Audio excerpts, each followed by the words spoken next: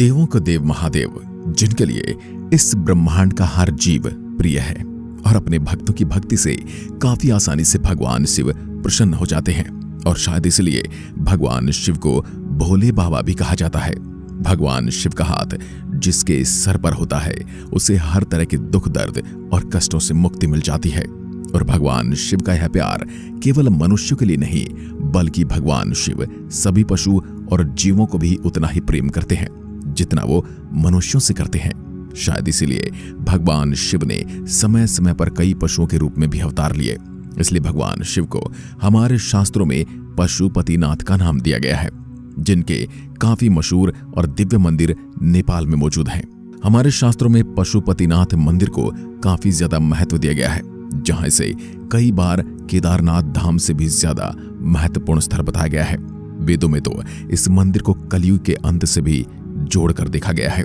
इसके अलावा इस मंदिर की शिवलिंग, यहाँ पर होने वाली तंत्र पूजा, विरूपाक्ष मूर्ति का धरती चीरकर ऊपर आना और बलि देने की प्रथा, ऐसी कई चीजें हैं जो आज भी काफी रहस्यमय लगती हैं। तो आज की इस वीडियो में हम आपको महादेव के सबसे पुराने और दिव्य मंदिरों में से एक पशुपतिनाथ मंदिर के बारे में बताने वाले हैं, जिसमें हम भगवान शिव के इस मंदिर की कथा और इस मंदिर से जुड़े कई रहस्यों के बारे में जानेंगे। साथ ही ये भी समझने की कोशिश करें कि आखिर क्यों इस मंदिर को प्रलय और कलयुग के अंत से जोड़कर देखा गया है। इससे पहले आप mystery of God YouTube channel को सब्सक्राइब करें। तो दोस्तों, पशुपति शब्द में पशु शब्द जीवन को दर्शाता है और पति शब्द स्वामी या मालिक को दर्शाता है। यानी पशुपति शब्द का मतलब जीवन का देवता, जीवन का स्वामी है। पशुपतिनाथ मंदिर की सबसे रोचक बात यह है कि इस मंदिर को हमारे वेदों से भी पुराना माना जाता है और कई हिंदू धर्म ग्रंथों में पशुपतिनाथ मंदिर को महाभारत कथा से जोड़कर भी देखा जाता है। और ये कथा पशुपतिनाथ मंदिर के निर्माण से जुड़ी है, जिसके अनुसार आज से हजारों साल पहले महाभारत के युद्ध में जब पांडवों की जीत हुई तो पांडव काफी दुखी थे, क्योंकि उन्होंने यह जीत अपने खुद के कुल के लोगों की हत्या करके पाई थी। इसलिए सभी पांडवों को गोत्र हत्या का पाप लगा था। इस गोत्र वध के पाप के कारण पांडव काफी दुखी रहा करते थे और महाभारत के युद्ध में धर्म की विजय के बाद भी पांडव इस दुख से अपने आप को अपराधी जैसा महसूस कर रहे थे। अब उनके पास एक ही उपाय था कि वह इस पाप का प्रायश्चित करें और भगवान शिव से जाकर गोत्रवध पाप के पश्चाताप का उपाय करें। जिसके बाद वह कैलाश की ओर हिमालय की चोटियों में भगवान शिव को ढूंढने निकल पड़े, लेकिन उन्हें कहीं भी भगवान शिव नहीं मिले, क्योंकि भगवान शिव भी नहीं चाहते थे कि पांडवों को उनके पापों का पश्चाताप इतनी आसानी से मिले। पर जब भगवान शिव समझ गए कि जल्द ही पांडव उन्हें ढूंढ लेंगे, तो इसलिए भगवान शिव ने बैल का रूप धारण कर लिया और पांडवों से छुपकर भागने लगे। लेकिन पांडव भी विद्वान थे, वो भगवान शिव के स्वरूप को देखते ही समझ गए कि भगवान शिव हैं। इसके बाद पांडवों ने भगवान शिव को पकड़ने की कोशिश की, लेकिन भगवान शिव नहीं रुके और वो तेजी से भूमि में लुप्त हो गए। और जब भगवान शिव दोबारा से अपने रूप में अवतरित हुए तो उनके बैल रूप के 7 अलग अलग हिस्से हो गए और वह अलग अलग स्थानों पर फैल गए। जिसके बाद आज के नेपाल और उस समय के भारतवर्ष में उनका मस्तक गिरा, जहां पशुपतिनाथ मंदिर की स्थापना की गई। और शायद इसी कारण इस मंदिर को शिव के सभी मंदिरों में सर्वश्रेष्ठ मान्यता दी जाती है और इसकी शक्तियों का गुणगान हमें वेदों से लेकर शास्त्र तक में देखने को मिलता है।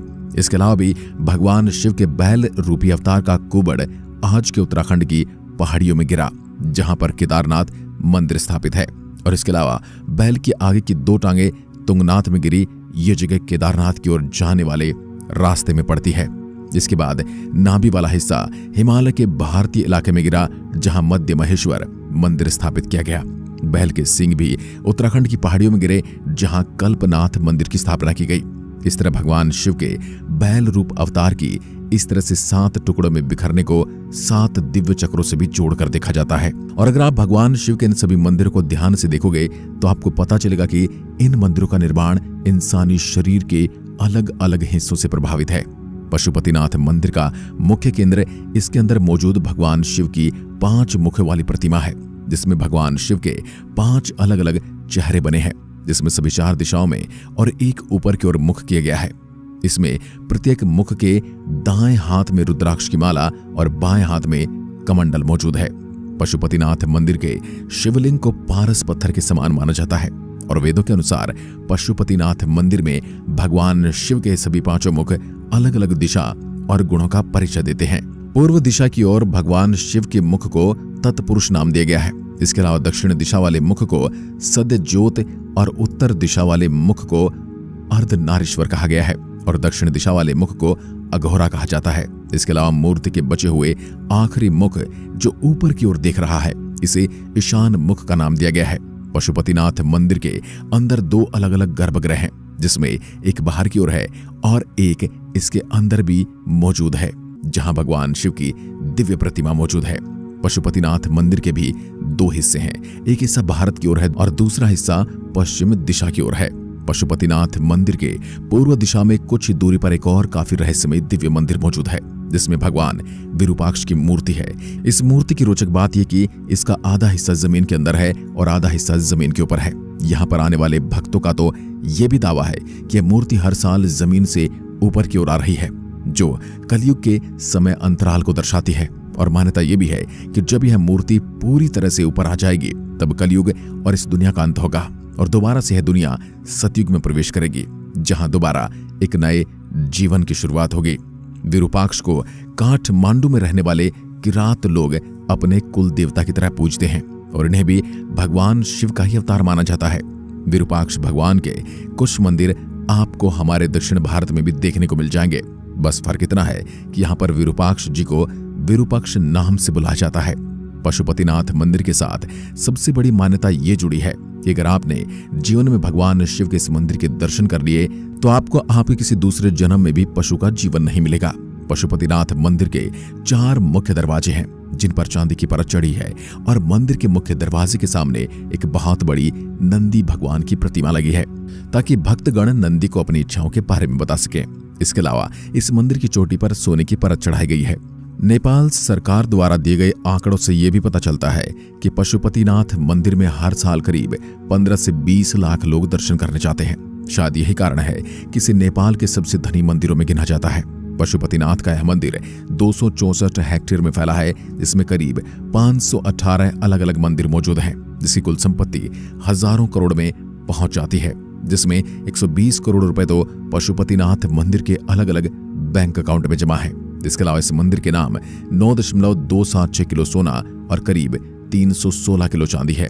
इस मंदिर को बनाने में बौद्ध कला का भी प्रयोग किया गया है, जिसके कारण इस मंदिर की भव्यता और भी ज्यादा बढ़ जाती है। इस मंदिर की पूरी सुरक्षा नेपाल सरकार और उनके पुलिस के द्वारा की जाती है। पशुपतिनाथ मंदिर में बलि देने की भी प्रथा है। वैसे आपको बता दूं कि पशुपतिनाथ हिंदू धर्म के कुछ गिने चुने मंदिरों में से एक है, जहां आज भी पुरानी मान्यताओं के अनुसार बलि देने की प्रथा चली आ रही है। ये साल के कुछ खास मौकों पर होता है। वैसे नेपाल में है इकलौता मंदिर नहीं है जहां पशुओं की बलि दी जाती है, बल्कि नेपाल के कई और हिंदू मंदिर हैं जहां पर आज भी बलि देने की प्रथा निभाई जाती है। वैसे कुछ समय से नेपाल की सरकार इस तरह से मंदिरों में बलि देने पर कई तरह के कड़े कानून बना रही है और इस बार इस पर प्रतिबंध भी लगाया गया है। तो दोस्तों, आशा करता हूं कि आज के इस वीडियो में आपको काफी कुछ नया सीखने को मिला होगा। अगर आपका कोई सवाल या सुझाव है तो आप मुझे कमेंट बॉक्स में लिखकर बता सकते हैं। आज के लिए बस इतना ही। धन्यवाद।